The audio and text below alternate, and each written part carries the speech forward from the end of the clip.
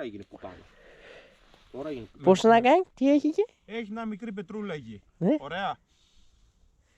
Η μπροστά Ποιο? σου η ρόδα. Ποιο.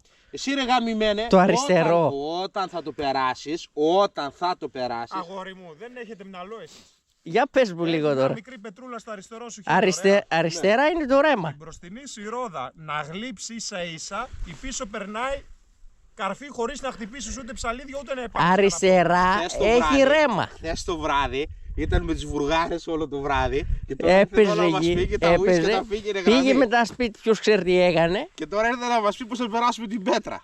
Που δεν την είπα. πέρασε καμιά φορά. Αλλά- Ούτε κατά λάθος. Είδες πως κάθεται, σαν βετεράνος Ο κάθεται. βετεράνος Θέλει είναι. μυαλό, ρε παιδιά. Σαν Δεν το- είναι εύκολα τα πράγματα. Θέλει μυαλό. Ναι. Με μυαλό πρέπει να Εμείς πεις. δεν έχουμε, ο Φουτάρας έχει πολύ μυαλό και για μας. Γι' αυτό θα τον ακολουθάμε από εδώ και πέρα. Δεν είναι. Θέλει λίγο μυαλό και περνάνε όλα. Δεν είναι τίποτα. Πολύ εύκολα όλα. Τέλος.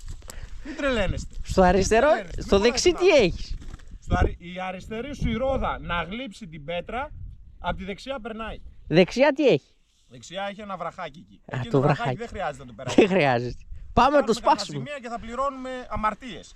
Σας παρακαλώ. Σπουτάνα στα βάσανα θα πληρώνουμε. Εσύ άμα τις πρώτη φορά είναι στράβωσε ένα δάχτυλα μας να Πρώτη σφίγγουμε φορά, και να αλλά- ξεσφίγγουμε.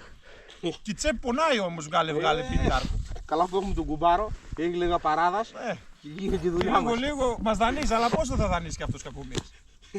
Ρε κουμπάρα,